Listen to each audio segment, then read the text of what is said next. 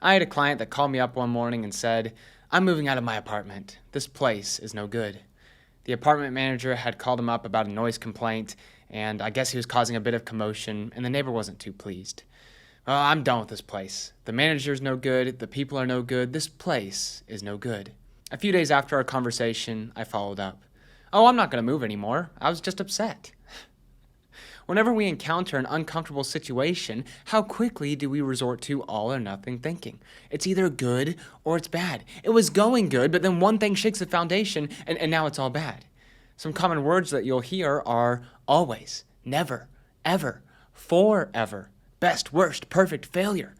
I know what you're thinking. Only a Sith deals in absolutes. But it's so easy to fall into the trap of polarized thinking. You're either right or you're wrong. "Well, I thought that she was a good person, but it turns out she's nasty." "Well, my partner's not listening to me, so I must be worthless." "Well, I relapse, so I'm a failure, and I'll never recover." I can't keep a job. I can't do anything right." Or "Everyone else is better than me. Why should I even try?"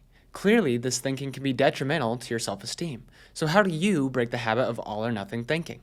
Well, before we dive into that, it's important to explain why it's there to begin with. So another term for all or nothing thinking is dichotomous thinking. For one reason or another, the human brain has developed to work in binaries. As humans, we receive an extraneous amount of stimuli through the outside world. So in order to not overload the system, we need a more effective way to process this information. And so we create these binary boxes. It either fits in this one or that one. Instead of taking the world in at face value, we simplify the stimuli so that we can respond quickly. Almost naturally, our brains are wired to perceive the world in binaries and opposites rather than shades of gray. He's not young, he's old. The ball is not big, it's small. Hey, good job on that one. You passed the test, right?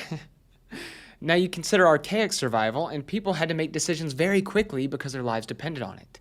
Friend or foe, predator or prey, hot, cold, day, night. You can't stop and ponder, that might be a lion. It could be dangerous, could be hostile, or it might not be.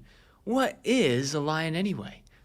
There's no time for that. You see a big mammal, you're gone. Now you consider child rearing, and the learning and development process is very narrowed down and simplified. Red, blue, yellow, green. What, no magenta, periwinkle? What about beige? Triangle, square, and circle. What, no trapezoids or dodecahedrons? What gives? But using these binary categories gives you a lot more predictability so that you don't have to waste time and energy determining the gray matter. We cannot stand ambivalence. We cannot stand conflicting emotions toward the same thing. "Oh, I love you." "Wait, no, wait, I hate you, but I like this aspect, but I don't like." Are you good or are you bad? Splitting makes things so much more simple and coherent. In today's age, though, all or nothing thinking lends itself to perceiving threats that aren't real, to cutting off friends and family, to severing goals and ambitions because one setback means that you are a failure and incapable. All or nothing thinking easily leads you down the road of hopelessness and lack of motivation. If you never risk anything, then you'll never fail like everyone knows is going to happen. It leads to an inability to see yourself or others clearly. It leads to an inability to forgive yourself or others. There's no middle ground. So hear me out. If we no longer have to worry about dying to some predator or dying to eating the wrong thing, then maybe, just maybe, we can benefit from processing the in-between. That rather than seeing the world in black and white, that we would seriously consider the gradient. So here are some methods for attacking all or nothing thinking. Examine the evidence.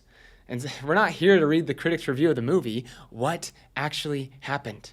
I made a mistake. My boss looked annoyed. He gave me some criticisms. He also gave me some steps for improvement. I didn't get fired. But I feel like a failure. Oh, okay. Have other people made mistakes at work? I mean, yeah, I'd probably say a lot of people have. Are they all failures? Well, no. I mean, they made a mistake, but that doesn't mean that they're a failure. You made a mistake, but that mistake wasn't even good enough to get you fired. Oh, well, I guess that's true. I could have been worse.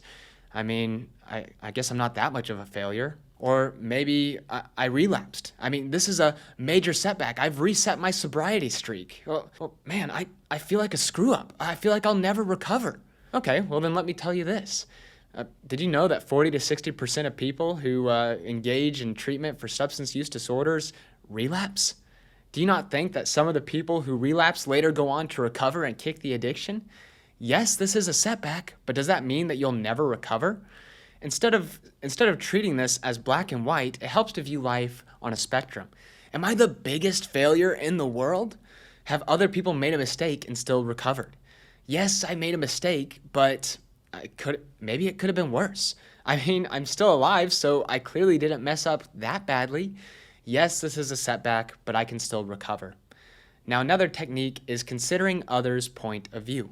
Now, imagine that a close friend comes to you and says, hey, I gave a presentation today and it went okay, but I skipped a page by accident. I don't know how I could do that. I just failed big time. Public speaking man, that's just not my thing. And so naturally, you'd turn to him and say, yeah, you're right, man. Why would you do such a thing? Like, you're a failure. Like, why did you think you could ever be good at this? Public speaking is clearly not for you.